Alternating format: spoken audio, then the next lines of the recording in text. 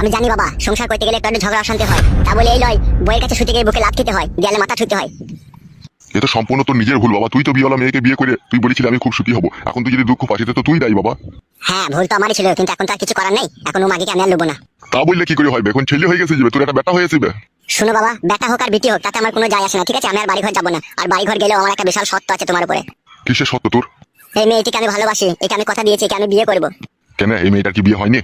বিয়ে হয়েছে, তবু ওকে আমি বিয়ে করবো। ওর স্বামী দুবাই থাকে, ও 9 মাসে 6 মাসে একবার বাড়ি আসে, ওর স্বামী সুখ পায় না, আর এইদিকে আমি বইয়ের সুখ পাই না। তাই আমাদের দুজনের মনের মিলন হয়েছে, আমি ওকে বিয়ে করবো, ও আমাকে বিয়ে করতে রাজি আছে। হবে একটা হিসাবের কথা বল। ওরও বিয়ে হয়েছে, তোরও বউ ছেলে আছে, আবার তোকে বিয়ে করবি? এগুলো সমাজের লোক কি বলবে? পিটিয়ে মেরে দেবে যাবে তোকে।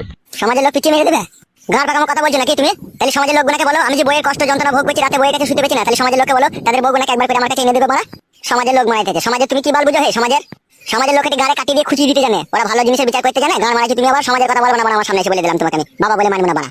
বাড়িতে যে এতদিন ছিলাম আমি, কোনোদিনও বইয়ের সুখ পাইনি, কোনোদিনও মাঝে আমাকে কাছে দেখে ভালো করে আরাম করে ভিতরে ভরতে দেয়নি। যখন ভিতরে ভরতে গেতাম তখনই বলতো মেন্স হয়েছে, আজকে হবে না কাল হবে। কার পাকামো মারানো পেয়েছে নাকি? স্বামীর সাথে এরকম জাল জুচ্চুরি করবে? খাদার বিটিকে আমি দেবো না বাড়া। তুই দুঃখ কষ্টটা সবই আমি বুঝি রে বাপ, কিন্তু আমার যে কিছু করা নেই না। সে যে বৌমা হয় রে বাড়া, বৌমাকে এত কিছু বুঝিয়ে বলা সম্ভব? শ্বশুর হয়ে বল। বুঝিয়ে বলা যখন তাকে সম্ভব নয়, তাহলে তুমি একটা জিনিস বুঝে নাও বাবা, তোমার পাশে যে মেয়েটাকে দেখতে পেয়েছো, এই চিনির পাকানটাকে আমি বিয়ে করে চিনির পাকানের শরবত আমি খাবো। তাহলে তুই বলতে চাইছিস তুই বাড়ি ঘর যাবি না, তাই তো? যাবো না কথা তো একবারও বলিনি বাবা, এই মেয়েটাকে আমি বিয়ে করে বাড়ি নিয়ে যাবো। তুমি কি মানবে কি মানবে না সেটা বলো। যদি বলো মানবে তাহলে যাবো, আর যদি বলো মানবে না তাহলে বাড়া যাবো না। যেদিকে দু চোখ যায় সেদিকে চলে যাবো বাড়া, আর কোনোদিনও তুমি আমাকে দেখতে পাবে না বাড়া। ওই রকম কথা বলিস না রে বাপ ফটকে, তাহলে তোর মায়ের আত্মা শান্তি পাবে না। তোর মা যখন মৃত্যু সজ্জায় বিছিনে ছিল তখন তোর মাকে আমি কথা দিয়েছিলাম যে তোমার ছেলে জীবনে যা কিছুই করবে আমি বাপ হয়ে সেটা মেনে নেবো, তোমার ছেলেকে কোনোদিনও আমি কষ্ট দেবো না। তাহলে বাবা মায়ের ভালোবাসাটা তো রাখো বাবা। তোর মায়ের ভালোবাসা তো আমি রেখে দিয়েছি রে বাবা, কিন্তু তুই যে পায়ে পায়ে ভুল করছিস রে বেটা। এখন এসব আলতু ফালতু কথা বলে না বাবা, এখন একটা পাশে মেয়ে বসে আছে, বুঝতে পারছো না তুমি? তাহলে এখন তুই কি করতে চাইছিস সেটা আমাকে বল। এখন আমি বলতে চাইছি এই মেয়েটাকে আমি বিয়ে করবো, তুমি যা হোক করে বাড়িতে ম্যানেজ করবে। তোর বউ যদি এই মেয়েটার সাথে ঝগড়া শান্তি করে তখন কি হবে? বালের বাবা নাকি তুমি? ঝগড়া শান্তি করবে বলেই হয়ে যাবে নাকি? তোমার কাছে তো টাকা আছে, অন্য জায়গায় আমাকে একটা জায়গা কিনে একটা টিনের ঘর করে দেবে, ঠিক আছে? বাসে ছাউনি দি, এই মেয়েটাকে নিয়ে সেখানে আমি সুখের ঘর বাঁধবো, আর সে বড় মাকে তোমার বাড়িতেই থাকবে। বড় ভারী টেনশন দিয়ে দিচ্ছিস রে বাপ তুই। টেনশন দিলাম তোমাকে বাড়া মেয়েটা?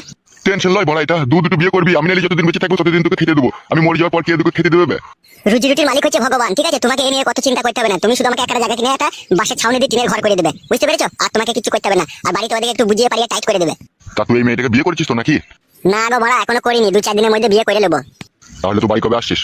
আমি ঠিক ফুস করে বাড়ি চলে যাবো, ঠিক আছে? আর বাড়িতে কাউকে কিছু বলার দরকার নাই, তুমি একটা জায়গা কিনে টিনের ঘর মর করে ওখানে রেডি করে রাখো গা।